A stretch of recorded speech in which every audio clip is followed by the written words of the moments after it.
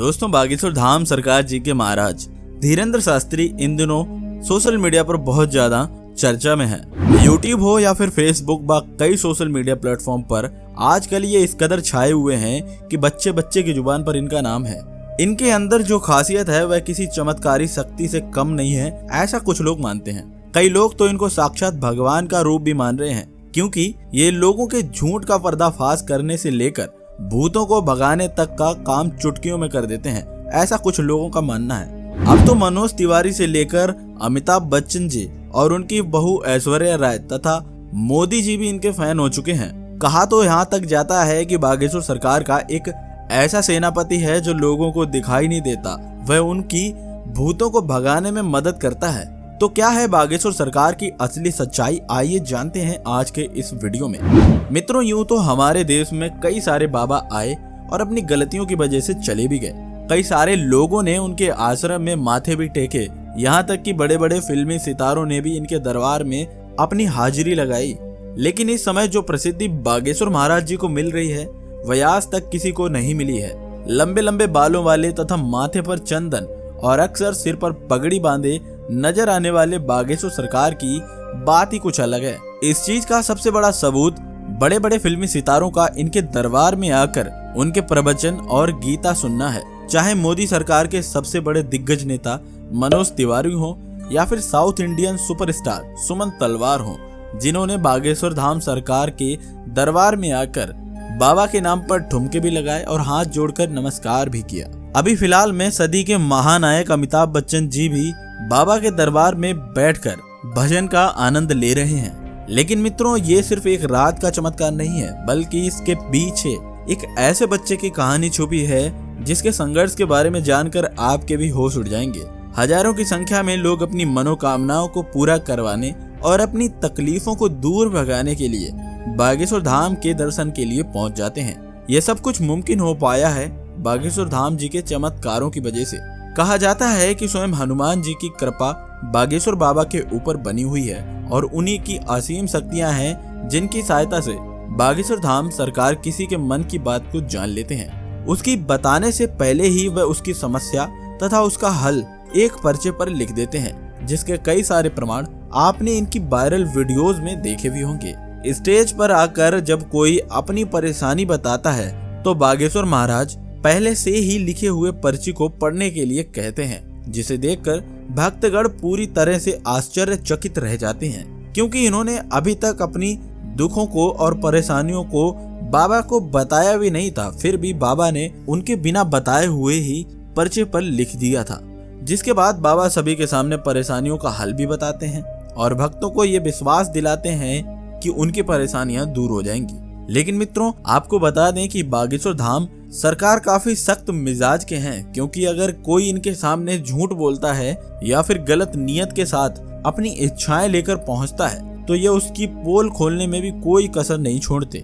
लेकिन ज्यादातर इनके पास परेशान लोग ही आते हैं। इनमें से कुछ लोग तो वो होते हैं जिनके ऊपर किसी भूत प्रेत का साया होता है, लेकिन बाबा के सामने आते ही वह भूत प्रेत का साया भी चुटकियों में गायब हो जाता है। इनके ऊपर हनुमान जी की असीम कृपा है, इसी वजह से ऐसा होता है, ऐसा बागेश्वर बाबा का कहना है। बागेश्वर सरकार जी का असली नाम पंडित धीरेन्द्र कृष्ण शास्त्री है, लेकिन लोग इन्हें बागेश्वर धाम सरकार और बागेश्वर सरकार के नाम से जानते हैं। इनका जन्म 4 जुलाई 1996 को मध्य प्रदेश के छतरपुर जिले के एक छोटे से गांव गढ़ा में हुआ था। ये एक बहुत ही गरीब पंडित परिवार से ताल्लुक रखते हैं। बागेश्वर सरकार ने अपने एक इंटरव्यू के दौरान बताया था कि जब वह मात्र 9 साल के थे तब से उनका मन बालाजी महाराज की सेवा में लग गया था। इन्हें हनुमान जी की भक्ति और उनके प्रेम के सिवा कुछ भी नजर नहीं आता था। बागेश्वर महाराज जी का कहना है कि हनुमान जी की भक्ति और उनकी कड़ी साधना का ही ये परिणाम है कि उन्हें ऐसी सिद्धियां प्राप्त हुई हैं, जिनकी वजह से वह लोगों की समस्या का समाधान कर पाते हैं। असल में उन्होंने अपनी शुरुआती शिक्षा अपने दादाजी के साथ रहकर प्राप्त की थी। कहा जाता है कि इनके दादाजी भी अपने समय के बहुत बड़े विद्वान शास्त्री हुआ करते थे और उन्हें भी देवीय शक्तियां प्राप्त थीं। इनके दादाजी भी बालाजी का दरबार लगाकर लोगों की समस्याओं का समाधान करते थे। तभी से उन्होंने अपने दादाजी को अपना गुरु मान लिया और उनसे ये सारी चीजें सीखने लगे। दादाजी के साथ रहकर इन्होंने रामायण महाभारत और गीता जैसे धार्मिक ग्रंथों का अध्ययन किया। लेकिन अगर इनकी प्रारंभिक शिक्षा की बात की जाए तो बागेश्वर सरकार ने अपने गांव में ही 8वीं तक की पढ़ाई की और फिर उसके बाद अपनी आगे की पढ़ाई पूरी करने के लिए गांव से करीब 6 किलोमीटर दूर ये जाया करते थे, क्योंकि गांव में हाई स्कूल नहीं था। इसी तरह इन्होंने 12वीं की परीक्षा दी और 12वीं पास करने के बाद इन्होंने बैचलर ऑफ आर्ट्स में अपना ग्रेजुएशन कंप्लीट किया। यानी कि हनुमान जी की असीम कृपा के साथ साथ बागेश्वर सरकार के पास डिग्रियां भी हैं। बता दें कि अपनी ग्रेजुएशन के दिनों से ही धीरेन्द्र कृष्ण अपने दादाजी की तरह बालाजी की सेवा करने लग गए थे। इनके घर के पास बालाजी यानी कि हनुमान जी का एक प्राचीन मंदिर है, जहां इनके दादाजी दरबार लगाया करते थे। लेकिन उनकी मृत्यु के बाद दरबार कई सालों तक खाली रहने लगा। लेकिन धीरेन्द्र कृष्ण शास्त्री ने हनुमान जी की सेवा करना फिर भी नहीं छोड़ा और वह लगातार बालाजी के नाम का ध्यान करने लगे। लंबे समय तक ध्यान में लीन रहने के बाद इनके ऊपर बालाजी और उनके स्वर्गीय दादाजी ने अपनी कृपा दिखाई और अचानक से ही उन्हें असीम शक्तियों का एहसास होने लगा। उन्हें महसूस हो रहा था कि वह लोगों के मन की बातों को समझ सकते हैं, वे क्या चाहते हैं, उनके दिमाग में क्या चल रहा है। ये सारी बातें वे बिना कुछ कहे भी समझ जाते थे और उनका निवारण ही साथ में वह बता दिया करते थे। अपनी इन शक्तियों का इस्तेमाल करके उन्होंने लोगों के कष्टों को दूर करना शुरू कर दिया। लोग जब इनके पास अपनी समस्या लेकर आते हैं तो ये पहले से ही उनके मन की बात को समझकर उनकी समस्या का समाधान बता देते हैं। और धीरे धीरे धीरेन्द्र शास्त्री जी को ये समझ में आ गया कि उनके अंदर उनके दादाजी की तरह दिव्य शक्तियां मौजूद हैं।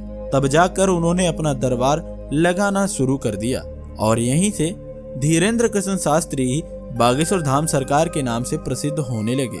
मंगलवार और शनिवार को अपना धाम लगाकर यहाँ भक्तों के दुख तकलीफों का निवारण ये करते हैं। जिनकी अर्जी लगती है बागेश्वर धाम अपने पास उसको बुलाते हैं और उसकी समस्या को उसके बिना कुछ बोले ही सवाल और सवालों का हल पर्ची में लिख देते हैं, जिससे लोगों का विश्वास बागेश्वर धाम पर और उनकी बातें सुनने तथा उन्हें एक नज़र देखने के लिए उनके धाम पर लोग पहुंच जाते हैं। लेकिन अपने सख्त मिजाज के लिए मशहूर बागेश्वर महाराज जी का ध्यान इस तरह की चीजों पर बिल्कुल भी नहीं आता।